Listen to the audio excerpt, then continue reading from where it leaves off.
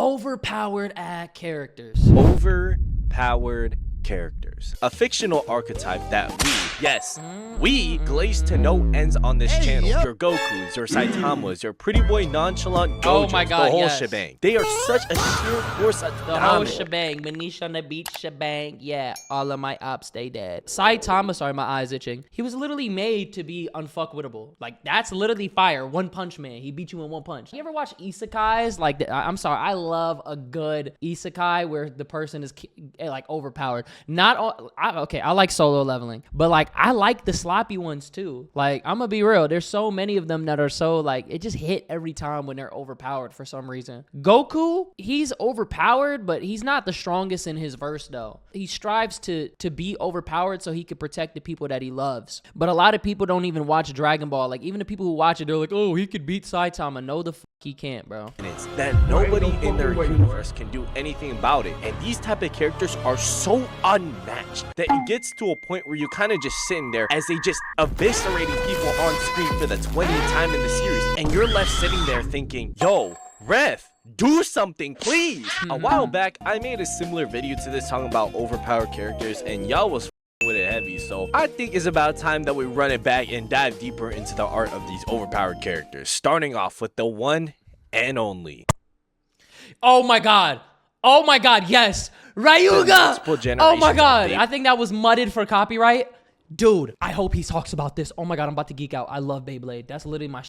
Do you remember when he spun the Beyblade? For the people that didn't watch Beyblade, I gotta explain this shit, right? Most Beyblades spin to the right. Ryuga's spin to the left. He had El Drago. That's what the L standed for. Left spin, right? So since he spins to the left, he basically steals the spin from the other Beyblades. And there's a scene where he just uses his 2 fingers and spins the Beyblade instead of the launcher. His shit just gets turned up from stealing everybody else's spin. You know, they actually designed the Beyblades to be like that in real life. I'm not even playing. Blade as a present day, but the one thing I think that has stood the test of time is Ryuga being the most overpowered and most dominant character throughout just her up. What was this show even about? And yes, I'm saying he's better than Jenga, Volt, Iger, Louis, Tyson, Kai, everyone. Yes. He was out here stunting on had people quaking in their boots just because of his mere presence. And it wasn't like this dude was just overpowered for no reason. This man was literally just built different. Let me just list off some of his feats in chronological order for y'all. First things first, Ryuga completely humbled the protagonist of the anime while simultaneously rage baiting him and slandering the shit out of his own father. Then fast forward a bit to the Battle Bladers tournament, and this man was such a threat that he proceeded to put 3 of his opponents in the hospital with every single one of them off life support. As a kid, this deadass felt like Ryuga was straight up killing them. Bro, do you remember the memes about this shit? Like, what the fuck was this show even about?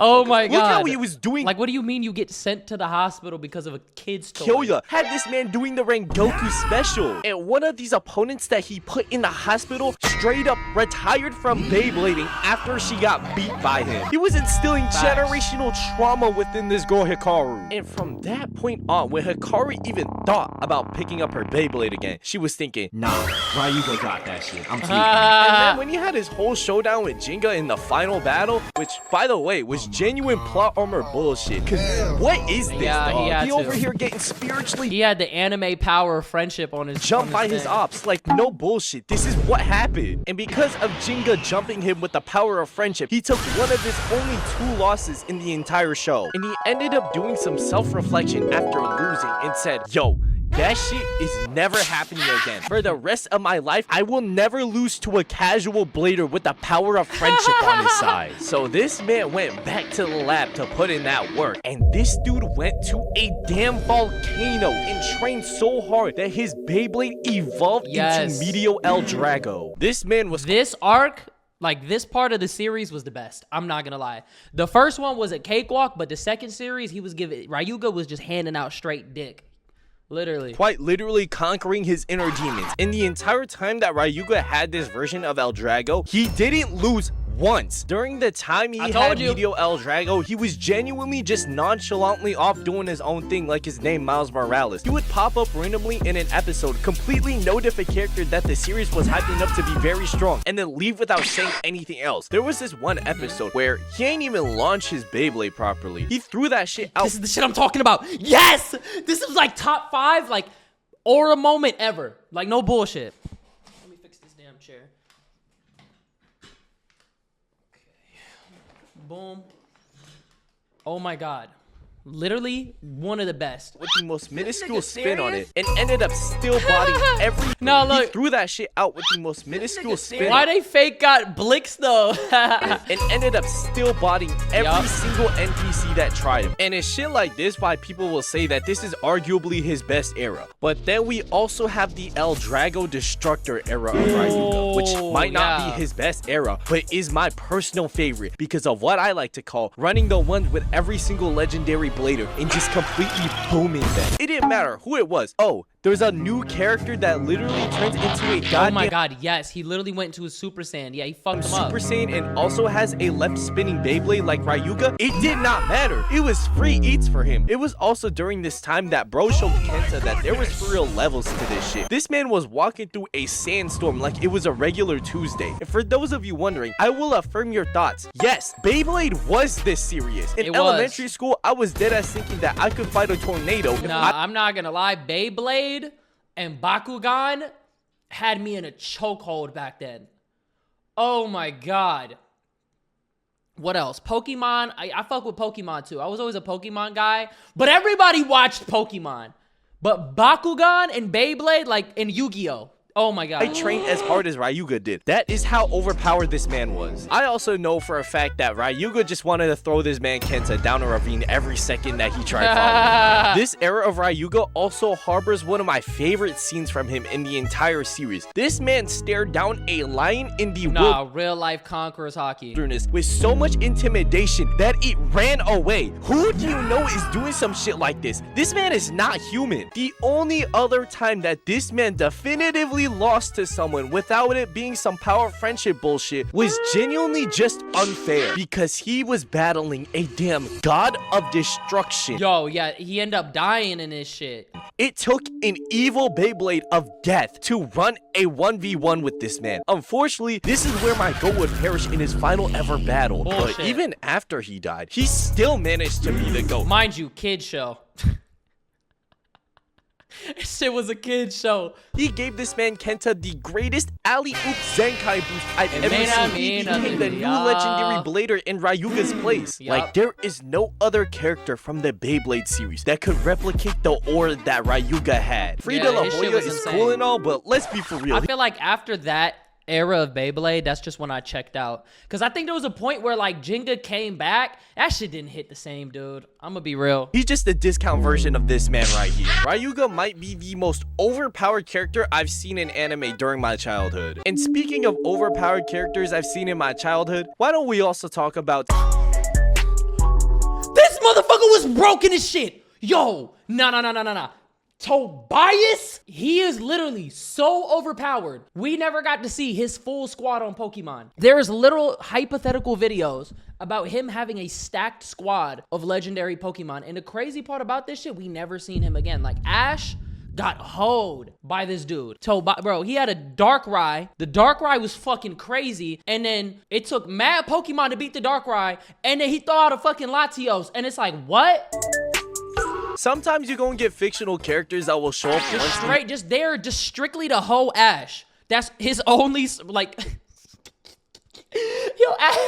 Yo, Ash used to get fucked up, bro. I don't know what it was, but they were gonna drag that shit. They gave Ash a good 20-year run, bro. He was never gonna get shit easy. Like, up until this point, what, he only won like 2 leagues? I think one of them was like early on, and the other one was the Orange Islands, which was Limiki. That shit was like DLC. It wasn't even actually canon. He really was not on shit until the end. I feel like, and it was like ass pull at the end. Like, it was just straight homage. The entire series completely obliterate the main character for the love of the game and disappear with no further explanation, because that's what Tobias's whole character was in Pokemon Diamond and Pearl. And bro, I'm not gonna lie, watching this dude dog walk on Ash after he pulled a masterclass with Infernape and defeated Paul as a child and as a grown adult now feels like actual rage bait in its pure pure straight form. ass pull, bro. Because what do you mean after Ash finally beat Tobias's ace Pokemon in Darkrai, which nobody else in the tournament was able to do, and took the effort of Ash sending out half his entire team to get bodied, this man sends out a fucking Latios as his second Pokemon. Like, how? How does he have... He had the most, bro, his shit was aura though. Like, you just had to be there. Like, you're like, motherfucker, where'd you get this? Like, having a Darkrai by itself is already crazy. I know for a fact Ash was looking like this as soon as he saw his Sceptile had to now battle another goddamn legendary. Y'all killing me with this shit. Life on the line to take out Darkrai. He was genuinely accepting his fate right at this very moment. He knew he was cooked. Tobias was dead, moving like the prime 2017 Warriors on steroids. He really did, bro. He had straight all-stars. Entire tournament, sweeping every single one of his opponents with just his Darkrai until he battled Ash. This shit was actually unfathomable levels of bullshit because there was no lead up or backstory to Tobias either. This for real felt like one of the animators who worked on Pokemon self-inserted himself into the show and made it so that he had two of some of the strongest Pokemon of all time. The thing that sucks is that we can only imagine what the rest of this man's Pokemon lineup was because we didn't even get to see his whole lineup once in the entire franchise. This man showed up for a short period in Diamond and Pearl to completely ruin Ash's chances of winning the Sinnoh League and then leave. And it sucks because after all that dominance he showed in Sinnoh and having what is presumed to be a stacked team, Cynthia was still the champion of Sinnoh when Pokemon Journeys rolled around. Yeah, that didn't even make sense. How the fuck did she beat him? So either A, he couldn't beat Cynthia, or B, he couldn't even challenge her in the first place and lost to someone in the Elite Four with Darkrai and Latios on his roster, which is low-key embarrassing. Like, how you gonna do that after showing the main character that there were genuine levels to this shit? Anyways, at least this next character that we gonna be talking about, as far as I know, has reminded me and continues to remind everyone that time and time again, he is the strongest and pretty much the Gojo Satoru of this universe. Every single time he shows up. Next up, we got... Oh, hold on. I don't even know who this is. I don't know. I don't even know what series this is. He might be putting me onto some shit. I like the little hitting that bit with the fire. Notice me, yeah. People understand just how little I like Reinhardt his swag. I fuck with the editing on this. Mentioned when people bring up the topic of overpowered characters. The fact that he be pulling some of the craziest shit in his verse since the moment he popped up in ReZero and nobody. Oh, okay. I only watched like 4 episodes of ReZero. People tell me that this shit is peak. So I gotta tap back in. Talks about him as much as Gojo is beyond me. There should be 10 times the amount of edits for this man than there are right now. And the glaze for this man should be through the roof. During his first appearance in the show, this man blew up an entire house using this raggedy ass sword that's not even his. And then I do remember him. Because he was fighting that one girl. In his fight with Regulus, bro got his ass sent to the moon like his name Team Rocket. Any normal person in his situation would be suffocating in space, and that's all she wrote. But this man just nonchalantly comes back a smooth 10 minutes later from the moon in a fiery blaze, and then he proceeds to completely disrespect the hell out of Regulus. Gave this man a little taste of his own medicine, sent him flying into the air, landed on top of his back while he was falling, nah, that's aura. Him slapping him back to the ground so hard he died. Oh, I need to watch this shit. This looks crazy. I haven't even talked about this little ass nuclear bomb he carrying around disguised as a sword. This big ass magical sword he carries around can only be unsheathed when the sword itself judges that Reinhardt is facing someone that is a worthy threat. Oh my god, he's got a limiter on his shit. He got the Kenpachi limiter. What? Reinhardt so far in the anime has you know who he reminds me of? Y'all ever watch Eminence in Shadow? Oh my god. Been able to draw his sword once. He could not unsheath this sword when going up against a deadly assassin that cooked the main character more than 3 times, and an archbishop of the witches cult that blicked Ren's entire existence in the world of ReZero off a cliff, and the sword still said, "Nah, they not worthy opponents for you." That's how you know this motherfucker is too overpowered. The only time he was actually able to use it was against a fake clone of his grandmother, who was the original wielder of the sword. I'm convinced that if he were to use this sword on somebody full power, he would deadass blow up the entire planet. Now, the last thing I want to mention about Reinhardt, and probably the most Hold on, why he got dick wind though? it has blew up the entire planet. Now, the last thing I want to mention about why the Reinhardt wind and coming probably from his the most meat? ridiculous thing I have seen from an overpowered character is that he just be getting blessed. Blessed with what exactly? An entire essay's worth of divine protections. And dog, this entire list is on some bullshit, bro. Especially these 4. The divine protection of blue skies, teary skies, new skies, night skies. What is saying that? he becomes stronger whether it's nice weather, raining, night, or day. At that point, bro, just say he's always strong. He don't need all these. I'm reading this shit again. And does that say he got a protection of salt seasoning so that he doesn't mistake it for sugar? What? We genuinely just We just writing anything in this bitch. it up now. This is worse than Sukuna pulling out things we've never seen him do in JJK and say some, oh, I haven't used this technique since the Heian era. Yeah, I'm not gonna lie, bro. I wonder if he's gonna do another parts of this, because this was actually funny as shit. And these were good pulls. Ryuga, Tobias. Oh my god. I wasn't familiar with the last one though, but make sure you guys check this dude out. His name is Ninjuno. And I'll see y'all later.